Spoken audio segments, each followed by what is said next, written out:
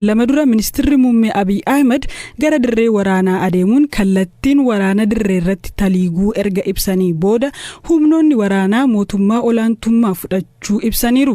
Magaala seena qabeetti Laalibalaa dabalatee Gishanaa fi bakkeewwan hedduu naannoo Amaaraa fi Affaaritti to'achuu mootummaan ibseera.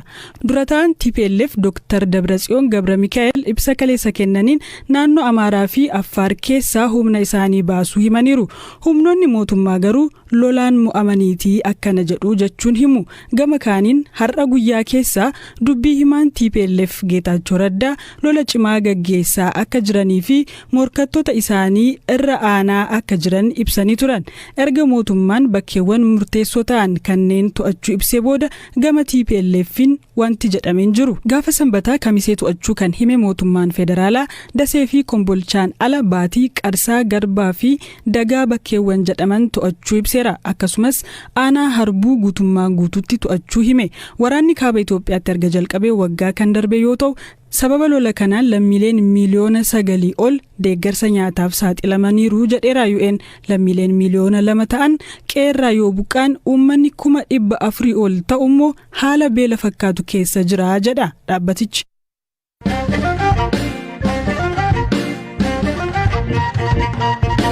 Ameerikaa fi United Kingdom dabalatee biyyoonni 6 hidha sabummaa irratti hundaa'e jedhan Itoophiyaatti deemaa jiru ilaalchisuun ibsa waloo baasan. Ibsa isaanii kana keessatti hidhaa raawwataa jiruu fi qabiinsa namootaa irratti gabaasota ba'aa jiraniin yaadda'uu eeran. Hamza Hussein. Biyyoonni kunneen ibsa waloo isaanii kanaan gabaasaawwan hidhaa namootaa saba irratti bu'uureffate jechuun mootummaa Itoophiyaa himataniin yaadda'uu himan. Ibsa waloo kan akka baasan Ameerikaa, UK, Austraaliyaa, Kanaadaa, Denmaarkii fi Neezerlaandsidha. Biyyoota kunneen keessaa gara caaluu lammiileen isaanii magaalaa Finfinnee akka gadhiisanii bahan watwaataa turan. Ji'a dura finciltoonni Tigraay magaalota Dasee fi Kombolchaa to'achuu fi mootummaan labsii yeroo muddamaa baatiiwwan 6 turu labsuu hordofee hidhaan namootaa gabaafamaa tureera. Haa ta'u malee poolisiin Finfinnee fi qondaaltonni mootummaa hidhaan raawwate kunneen garee shororkeessummaa deeggaruun shakkaman malee sabummaa irratti hundaa'uun karaawwate miti jechuun deebii kennaniiru. Dhalattoonni Tigraay BBC'n magaalaa Finfinnee keessaa dubbise immoo yaaddoo akka qaban himaa turan. Dhimma kanarratti Komishiniin Mirga Namummaa Itoophiyaa akkaataa hidhaan itti raawwatamu ilaalchisee akka yaaddoo qabuu fi of eeggannoon akka qabamuu malu ibsee ture. Guyyaa kaleessaa dhalattoonni Tigraay magaalaa Finfinnee keessaa hiriira bahuun adeemsa TPLF balaaleffatan jechuun miidiyaaleen biyya keessaa gabaasaniiru. Ibsi biyyoota kanaa yeroo mootummaan finciltoota Tigraay bakkeewwan naannoo Amaaraa fi Tigraay qabatan irraa gadhiisaa jirutti dhagahame. Biyyoonni kunniin ibsa baasaniin gabaasaawwan hidhaa lammiilee Itoophiyaa sabummaa irratti hundaa'ee raawwatuun guddoo yaadda'uu himan. Dabalataan namoonni hidhaman himannaa malee taa'aniiru. Akkasumas haala hin mijanne keessa jiru jedhan. Adeemsi kunneen gara caalu mirga idil addunyaa akka sarbanii fi ammuma dhaabbachuu qabu jedheera ibsichi. To'attoonni idil addunyaa akka daawwatan waamicha taasisuun. Miidhaa qocollaa saalaa lola kaaba Itoophiyaa keessa adeemaa jiruun walqabatees biyyoonni kunniin yaaddoo qaban ka ibsan yoo ta'u, kanneen lola keessa jiran lammiilee nagaa akkasumas hojjettoota deeggarsa namoomaa akka tiksan dhaamaniiru. Waldhibdeen kun waraanaan furmaata argatu ka jedhan biyyoonni kunniin loltoonni Eertiraa Itoophiyaa keessaa akka bahan gaafataniiru. Waraana kaaba Itoophiyaatti erga jalqabee waggaa akka darbe yoo ta'u, sababa lola kanaan lammiileen miliyoona 9 ol deeggarsa nyaataaf saaxilamaniiru jedheera UN. Lolli kun dhaabbatee mariin akka furamu carraaqqii tuufeera. Biyyoonni waloon ibsa baasan kunneenis haal duree malee dhukaasni dhaabbatee mariin akka eegalu waamicha taasisaniiru. Lammiileen Itoophiyaa adeemsa siyaasaa hunda hammatee fi waliigaltee biyyaalessaa karaa siyaasaaf seeraa akka tolchan biyyoonni kun ibsa baasaniin dhaamaniiru.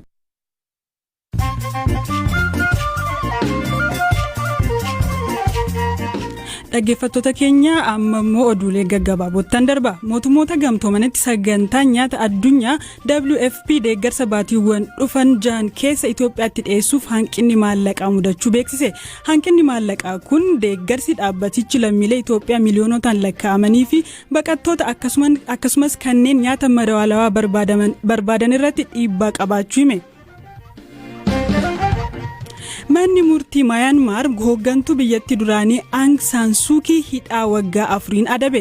Himannawwan 11 kan irratti dhiyaate hooggantuun kun himannaa jalqabaatiin hidhaa waggaa 4 akka adabamtu irratti murtaa'eera. Himannawwan hafaniin yoo irratti murtaa'e umrii ishee guutuu mana hidhaatti dabarsuu malti. Miseensi Koongireesii Ameerikaa ayyaana dhalachuu Yesuus Kiristoosiif maatii isaanii waliin qawwee loggomatee suuraa ka'e ka'e jennaan balaaleffannaan cimaa mudate.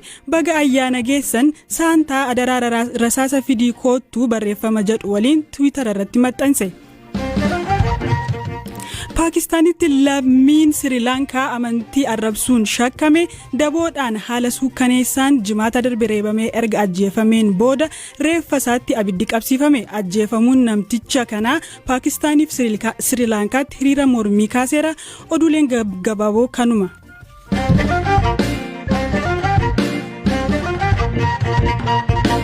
Oduu sattaanitti roncoo ogeettiin hubannoo namtolchee artificial intelligence Dr. Timnit Gabruu jidduu gala qorannoo teekinooloojii walabaa hundeessite. Ogeettiin kun hubannoo namtolchee Timnit BBC'tti akka ibsite jidduu galli kun damee hubannoo namtolcheetiin daandii filmaataa qorannoon isaa qaajattee amanti. Dhaabbatichi garaagarummaa akkamii fiduu malaa kan jedhus dubbatteetti.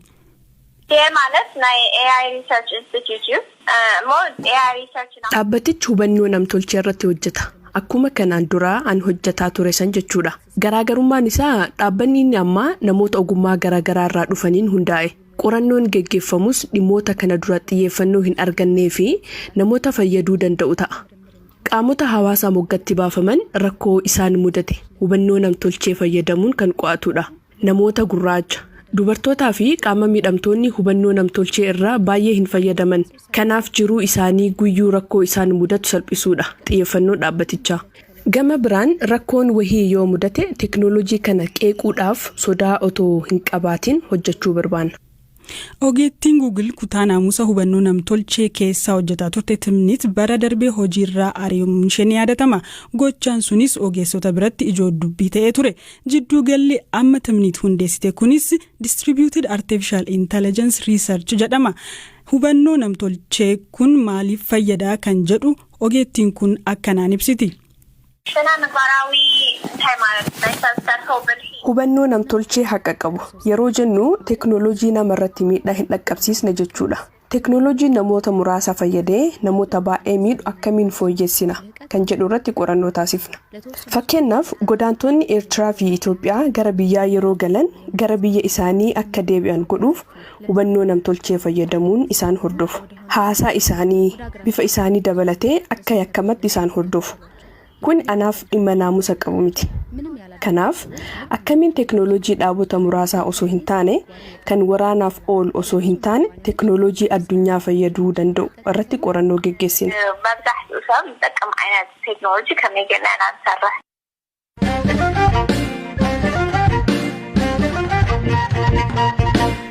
Buufanni waraanaa Ameerikaa guddaa Afrikaa Camp Lemonnier jedhamu Jibuutii keessatti argama. Loltoonni Ameerikaa dameelee waraanaa garaagaraa irraa walitti baba'an 5,000 achitti argamu. Biyyooti biroo 5 buufata waraanaa Jibuutii keessaa qabu. Chaayinaadhaan alatti hunduu Ameerikaa waliin hojjetu. Koomaandarri buufata waraanaa Jibuutii jiru kana Meejor Jeneraal Wiiliyaam Zaanaa barbaachisummaa buufatichaa akkasiin ibsu. This is an important geostrategic location and it gives us the ability to do air and operations from this location. Chaayinaanis Jibuutii keessatti buufata waraanaa ka ijaarte bara 2017 yoo ta'u ardii kana keessatti buufataalee biroo banuuf karoora qabdi oduun jedhus jira. Commander William garuu Chaayinaan buufata waraanaa babal'ifachuu irratti shakkii qabu. I think it's a question of the expectation guddaan maaliif Chaayinaan babal'isuu feetee nagaaf dimookiraasii fi tasgabbii mirkaneessuu fi support rule of law, democracy. University Pretoriaatti Profeesara Kataan Christopher Isike Afrikaan gamalee calloodhaan faayidaa tarsimaawaa murteessaa ta'e qabdi jedhu. Faayidaa tarsimaawaa qabaachuun kun immoo guddachaa dhufeet biyyoota kanneen akka United States, Awurooppaa fi Chaayinaan dorgommii keessa akka galan taasise. Ani weerara Afrikaa lammeessuu jedhaan kana. Ivory Coast ambaasaaddarri duraanii Ameerikaa Philip Carter sadaffaa dhimma sochii Ameerikaan Afrikaa keessatti qabdu yeroo ibsan. We're not there for oil or minerals or anything like that. Nuti Afrikaa kan dhaqnu boba'aa yookaan albuudaaf miti. Michoota keenya Afrikaa waliin hojjechuun humna isaanii jabeessuuf malee. Chaayinaa bu'uuraalee misoomaa kanneen akka karaa fayyaa irratti investimentii gurguddaa taasisaa jirti. Liqaan hojiiwwan kanaaf Afrikaan liqeeffattu garuu deebi'ee ba'aa tahaa jira. Gama biraan Instituutii Imaammata Afrikaa irraa Profeesar Peter Kakwanja Ameerikaan buufata waraanaa dabalatee dhiibbaa siyaasaaf dinagdee sababa itti taasiftu yeroo ibsan. The purpose of that is to kind of create a Ameerikaan dhaabota ishee gurguddaa naannoo Afrikaa kana keessa jiraniif haala mijataa uumuu barbaaddi. Kunis immoo waan biraaf dhimma daldalaati malee. Chaayinaan qarshii dhimma barbaaduuf kennitu osoo hin taane waan biyyoonni Afrikaa gaafataniif. Kun dhimma liqaa osoo hin taane Afrikaan akka biyyoota biraa addunyaa akkamiin guddattii kan jedhudha. Falmiin liqaa gaafa ka'e maaliif dhimmi Afrikaa akka ijoo dubbii ta'u naaf hin galu. Ameerikaan illee liqaa Chaayinaa irraa fudhattee fi hin kaffallee qabdi. Is that it's only Africa that has a problem when it has debts.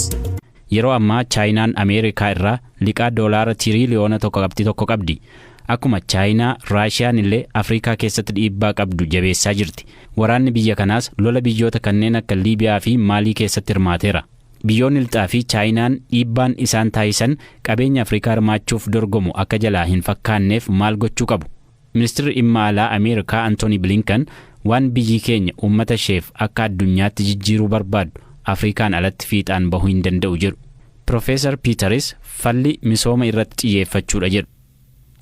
Sagantaadhumaan Oromoota Siikoo Mandoo biratti aadaa fuudhaa fi heerumaa keessatti sirnooti gabbaraa fi geega'oo jedhaman sirnoota kennaan itti kennamudha.